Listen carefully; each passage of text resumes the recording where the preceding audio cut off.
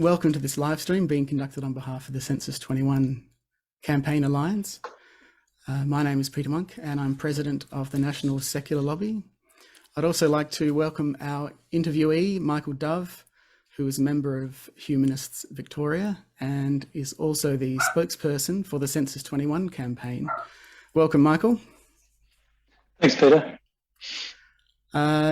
For people watching, if you would like to post questions in the Facebook event, there is a post there where you can add your comments to, add your questions there as comments, and we'll try and collect some of them and go through them at the end of the Q&A.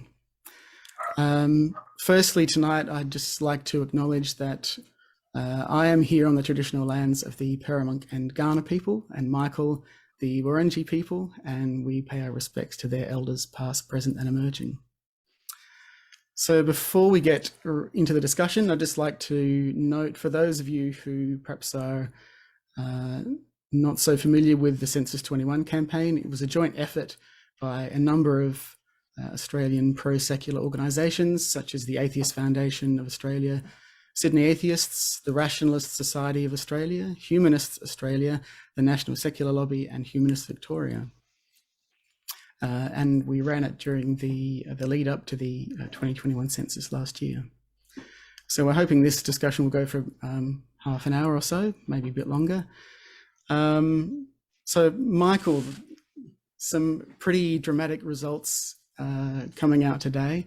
Can you tell us what the new figures are for religion in Australia, and perhaps how does that fit into the trend that we've been seeing over the last few censuses?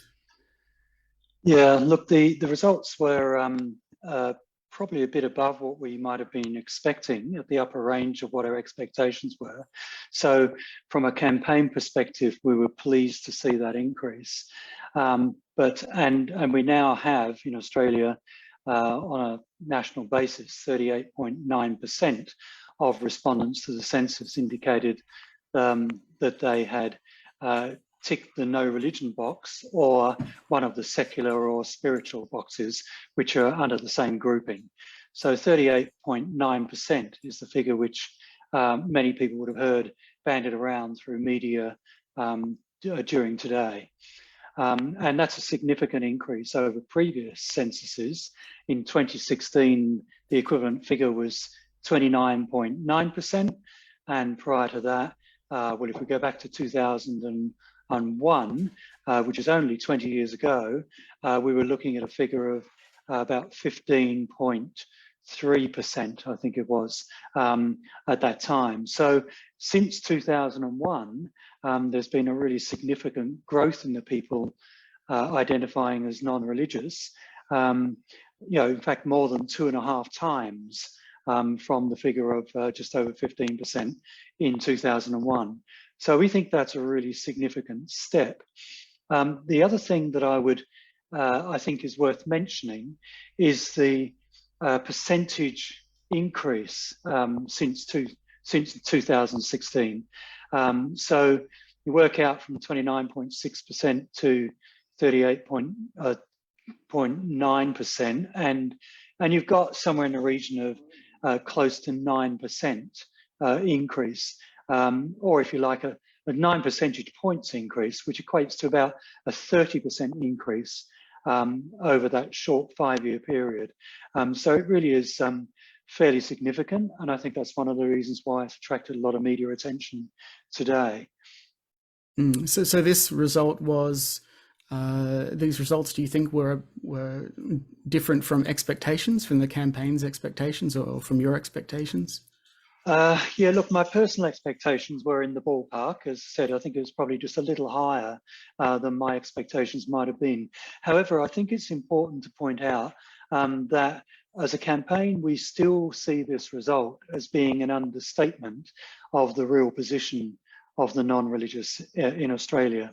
And the reason we think this is based on a number of surveys that have been produced, academic, peer-reviewed, robust surveys, which largely come out of the ANU. And these regular surveys are regularly indicating that what we should be looking at is probably a figure that's in excess of 50%. And that's going to vary across the country, of course, but we certainly would be expecting a figure of over 50%.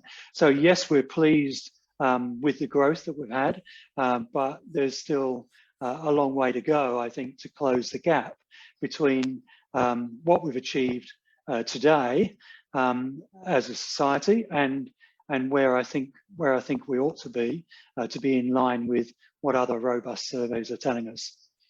Mm. So perhaps for the people who maybe weren't following the campaign when it was running before the census last time, could you perhaps just take us over what the point of the campaign was, what the messages were, and perhaps maybe give us some indication of what impact you think the campaign ended up having? Yeah,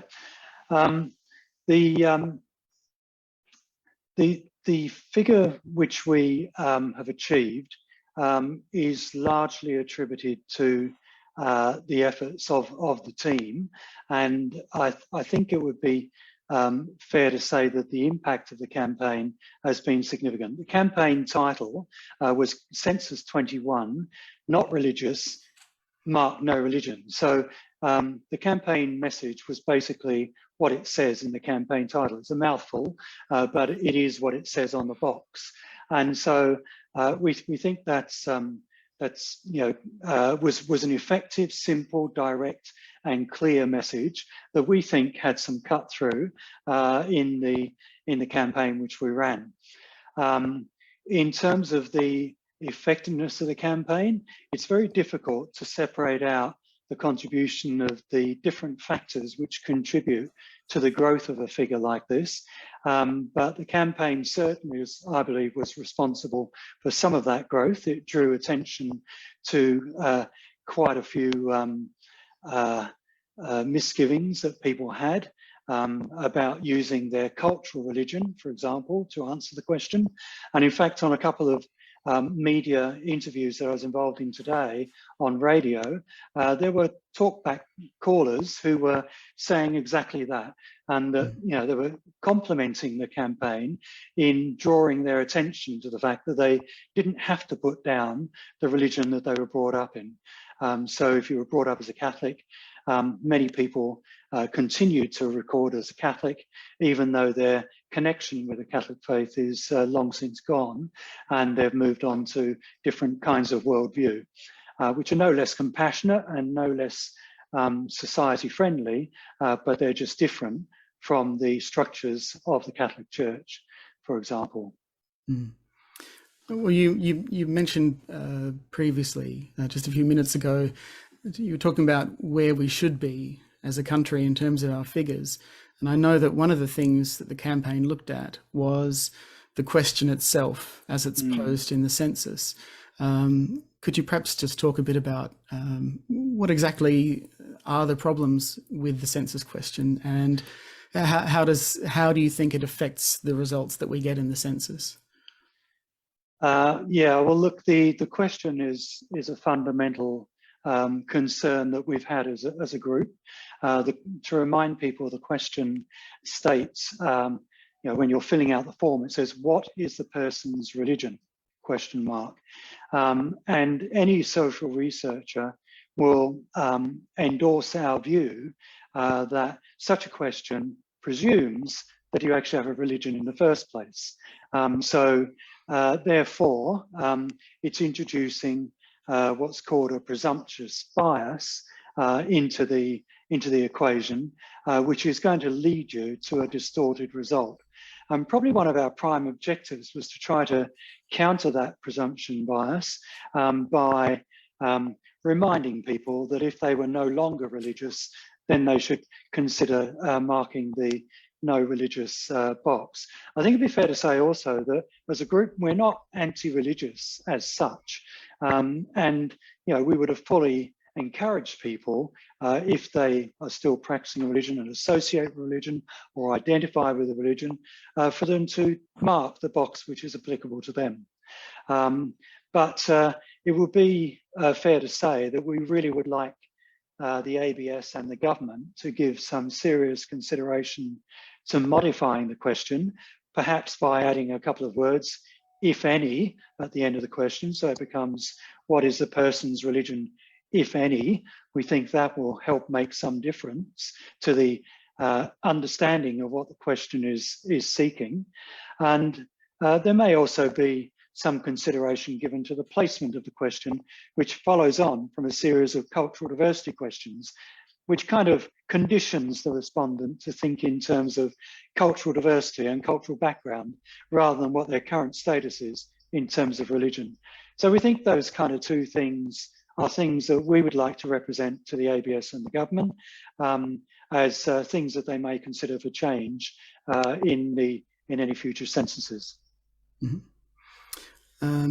So in trying to, I guess, improve the way that the religion data is collected, or making sure that the responses that are collected are more accurate and more current, why are we doing this? What's the importance of the religion question in our society, and why is it important that result is an accurate reflection of current beliefs and practices?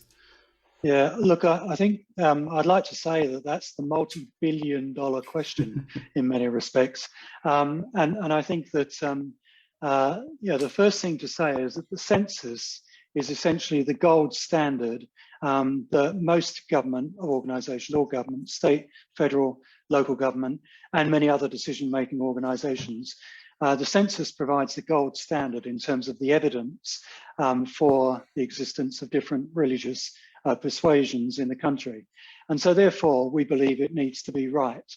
We want it to be right because it is responsible for conditioning a lot of policy that comes out from government, and of course all the funding decisions and priorities that are set at all levels of government in areas such as education, health, social services, aged care, and many other areas where it is of critical importance that the funding reflects the fact that we used to be a predominantly Christian country, but that has changed, and the way in which we make those decisions also needs to evolve in the same way that the country's demography has evolved. The other thing I would say as well, the other reason why it's important is that is in terms of voice. So the non-religious, because it's, if you like, it's a negative label, doesn't tend to be identified as a cohesive group. But we think that the numbers are now so large that there really should be some acknowledgement of the significance of those numbers and the fact that those numbers should have some sort of voice in the way in which we conduct business in Australia. And here I'm thinking specifically of things like the tradition of reciting prayers at the beginning of Parliament, state parliaments. The ACT has moved away from it recently, but also many local governments where business, which is affecting a very diverse and clearly a minority Christian population, still tend to emphasize the importance of the Christian prayer at the beginning of when conducting its business.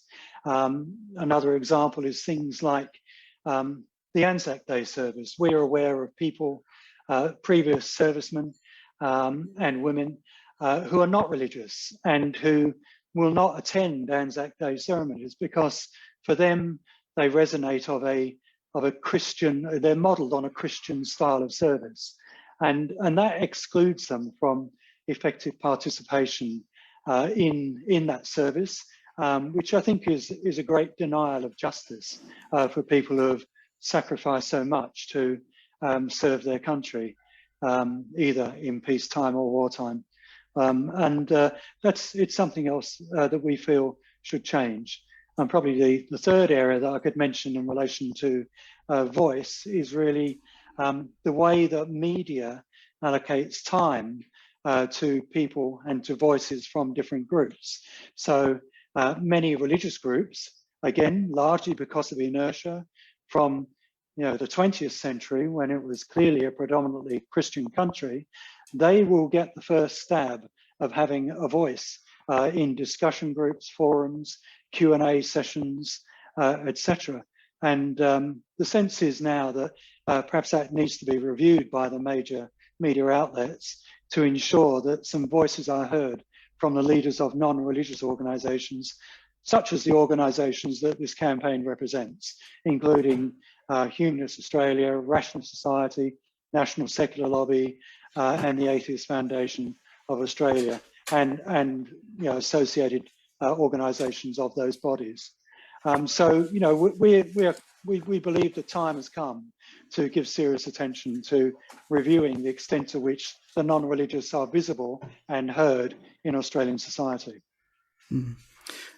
Just a reminder for people watching on Facebook, if you have any questions, you can add them as comments in the discussion area of the event. So do you think this result that we've seen in this census, which you've said is kind of beyond our initial expectations and obviously a good outcome for the campaign, do you think this will have a good effect in terms of the ability for the pro-secular groups involved in this campaign to then go on and push further for change in the areas that you've been talking about, things like the prayers in Parliament and representation in the media? Is this going to be a good kind of opportunity to level the playing field, so to speak? Yeah, I think absolutely.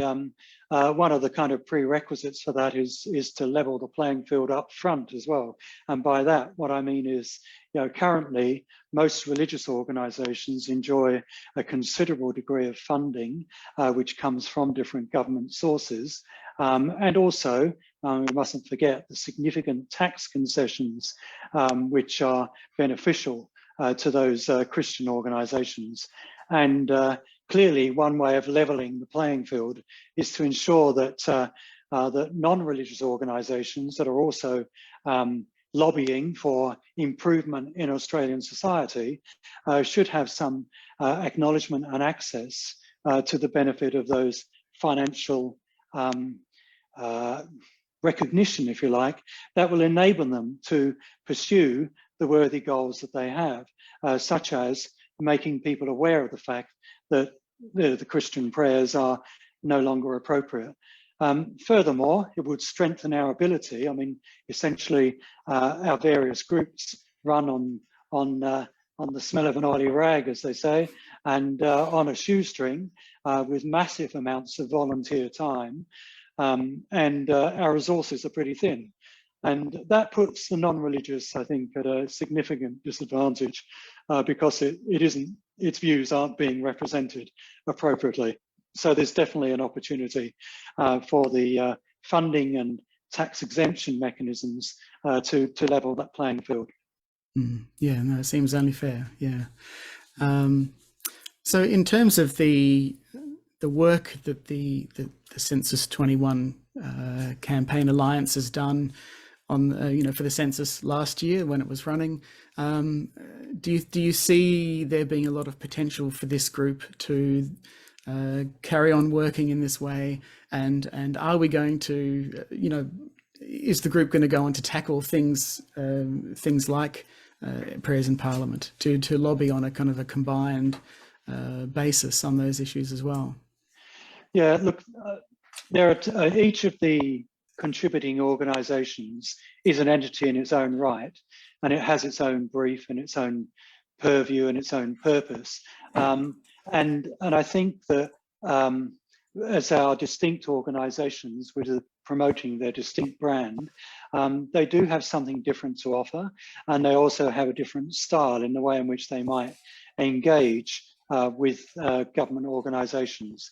So in answer to your question, I say that it's not easy to bring together a group of people that have a common purpose, but in the census we clearly shared a common purpose, and I think the campaign group worked extremely well in combining its resources and contributing its efforts to contribute towards its success. On other matters, I think where there is clearly a benefit in each organisation operating in its own set of priorities, then that may not be appropriate to create a coalition. There may be other cases where it will be. I think the census is one where we clearly have a shared purpose and a shared agenda. And I suspect census-related matters, such as, for example, lobbying for the change in the question itself, will be something which could be subject to a collective effort. And likewise, when we come round to the 2026 census, I'm sure that multiple voices that are basically saying the same message are going to be more effective than separate voices that are said in different ways and can end up confusing the population and the marketplace, in effect. Yeah, absolutely. We've got a question from one of our viewers here. Do we have much of a sense of the religious affiliation broken down by age group at this point? It's probably a little early to explore that in detail. I certainly haven't had time to slice and dice it in the 9 hours or so that the data has been available. But I have heard reference to those who have been able to look at appropriate tables that it seems that predictably, perhaps, it is the baby boomers that are they're still hanging out for the religious lobby, if you like, and they are certainly the much more religious groups. I've also heard that younger people, millennials in particular, have very low religious affiliation rates. But again, to be fair, I've also heard anecdotally that there's a fair number of younger people are maybe seeking some meaning in the form of structured religion. But the extent to which that's true, I can't really comment on because I haven't really had a chance to look at the detail of that. But the other thing I will mention as well is there's interesting differences by geography as well. And you'd be pleased to know this in South Australia, that South Australia, I think, tops the pops in terms of the non-religious vote, coming in at somewhere in about 45.5%. If my memory serves me roughly right. Yeah. And the national figure being about 38.9. So South Australia, ACT and Tasmania tend to be a bit above the average. New South Wales is probably languishing somewhat behind the rest of us. Another question from a viewer, Ian would like to know, do you have off the top of your head any idea of the timeline for the release of the kind of more detailed census data, like for things like government areas and things like that? Yeah, look, a lot of that is already available. If you want to look at local government areas, you can generate profiles for the local government areas by the variables that you're interested in. Some people use an ABS product called Table Builder. Table Builder, when I last checked probably 6 hours or so ago, isn't yet populated with the latest data. But my understanding is that the intent is to ensure that Table Builder can produce very granular, detailed reporting for those people that need it, either at the category level of the variable, or indeed at the most detailed geography level, according to what their particular needs are. So I think that's coming, but the ABS website does allow you to produce quite detailed community profiles for any level of geography in Australia at the moment.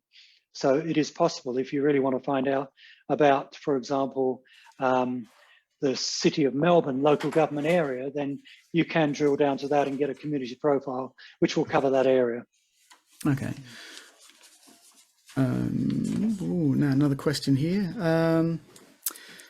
Was there anything in particular that surprised you about the census results on religion this year? in religion. Hmm. The thing which strikes me most, I think, well, and I guess it makes sense, because the amount by which the no religion value is increased, i.e. around about 9%, is approximately equivalent to the amount by which the Christian vote has decreased. Hmm. So you could say that there's a direct swap. But despite that, I mean, it makes sense to have that expectation. But despite that, I was really surprised at the extent to which, in particular, Protestant Christian religions had continued a fairly steep decline.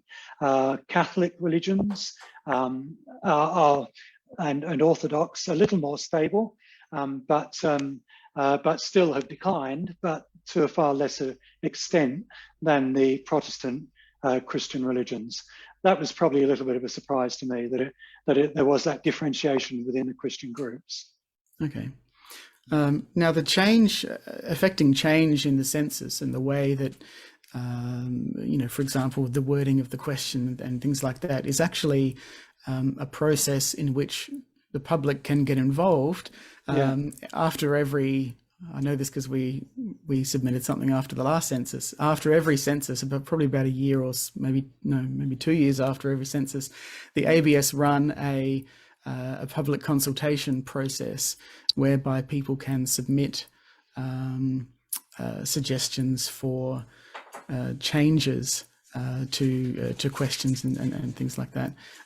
So certainly that's something that certainly, NSL, speaking for NSL, we'll get involved in that, but hopefully the Census 21 campaign as well. We'll be putting out some information about that and trying to get people involved in being a part of that change process if they feel strongly about it. Do you happen to remember when exactly that happens? Because I don't. The indication is it's early 2023, Okay. And my view is that, again, that is something that would definitely benefit from a coalition type approach. It's very, I think, one of the benefits of compiling the message in the campaign for Census 21 was that we were able to smooth out some rough edges that might have still been left in each individual submission or each individual approach. And I think I think it benefited certainly the Census 21 campaign, and I think it could definitely benefit the campaign to get the question changed. Many organisations, and of course many religious organisations, have a vested interest in this question, and a vested interest in the extent to which it reflects accuracy in Australian society, and so therefore there's going to be lobbying and counter lobbying, and I think the more solid that our positioning is, the better. But in answer to your question, I believe it's early 2023. But we'll maintain contact with our contacts at the ABS and ensure that we're well informed. Yep, and Census 21 will be putting out information closer to the time to allow interested members of the public to be a part of that process. Yeah. Excellent. I think that might be it. Well, I think this has been really, hopefully, useful and interesting for everyone watching. Can I just speculate? Can I just speculate for a moment? Sure. If I can, on some of the questions that came through in media today was along the lines of, why is it that the figure has changed, and what's the contribution of different factors? And I've no doubt that the campaign did make a contribution. We will never know exactly what percentage it can be responsible for. But I think there are other factors as well that I think just worth drawing attention to. In particular, I think the I guess resistance against the aggressive tactics of the religious right over recent years, particularly over the last maybe 5 to 10 years, where many people within politics have, if you like, used power to pursue their particular religious objectives. And I think clearly this part of this, the message which should come through is that's we don't want hate, we don't want division, we want compassion in society. We don't want those things which are which negatively take away from the big strides of progress that we've made in Australian society in relation to issues such as gay marriage, dying with dignity, and many of the other things. And one hopes that we don't even get close to reconsidering the abortion issue as they've been facing in the US at the moment. I think the other thing is, of course, that it would be fair to say that particularly the Anglican and the Catholic churches have suffered a period of 10 years of strife. I remember the Queen talking about annus horribilis. Well, probably those churches have had decadus horribilis, I think, which has resulted in a lot of people losing confidence in the structures of religions as they're currently represented. I think it's important to point those things out. Yeah. We've actually got a couple more late questions if sure. if you're up for those. So does the 38.9% figure, does that include the subgroups of secular beliefs and other spiritual categories? Yes, it does, and this can create a little bit of confusion because there's sometimes different numbers banded around, but it's important to understand that the figure which has been banded around today mostly, which is 38.9, it includes those that tick the specific box, no religion. It also includes those who ticked any of the boxes, such as humanism or secularism or rationalism or atheism. And it also includes a group called spiritual beliefs. And oddly enough, under spiritual beliefs is a belief called theism. So atheism and theism are actually both grouped together, and that might seem a bit counterintuitive. I'm sure someone can explain logically why the two are there. But the answer to your question is yes, it does include those other subgroups. The figure which really applies specifically to the no religion box is 38.4%.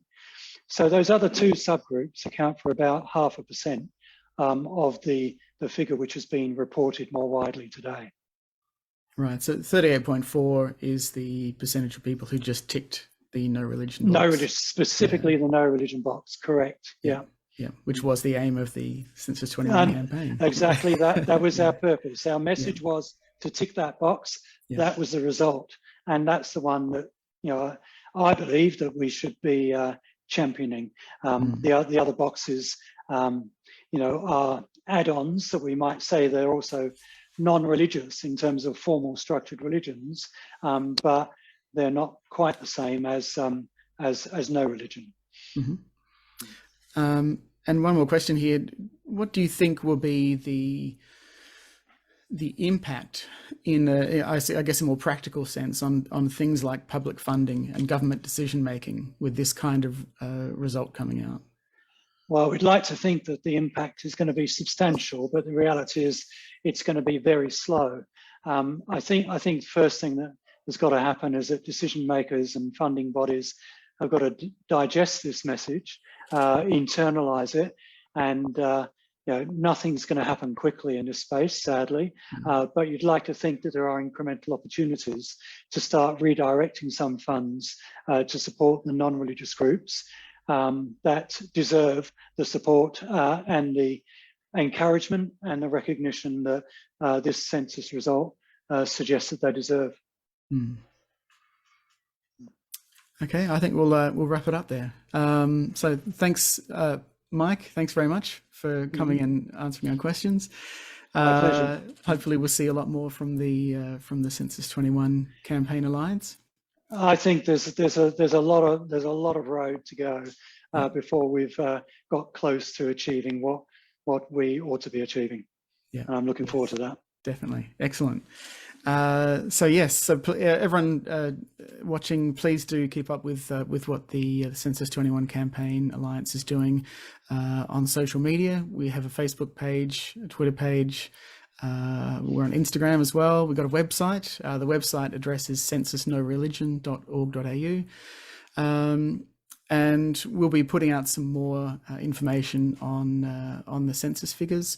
And of course, we'll also be active in the future as well, especially when it comes time to making a submission in the ABS's public consultation in early 2023, hopefully. Yeah, so thanks very much for tuning in, everyone. Thanks, Mike, and we'll hopefully see you again soon. Thanks a lot. Thanks.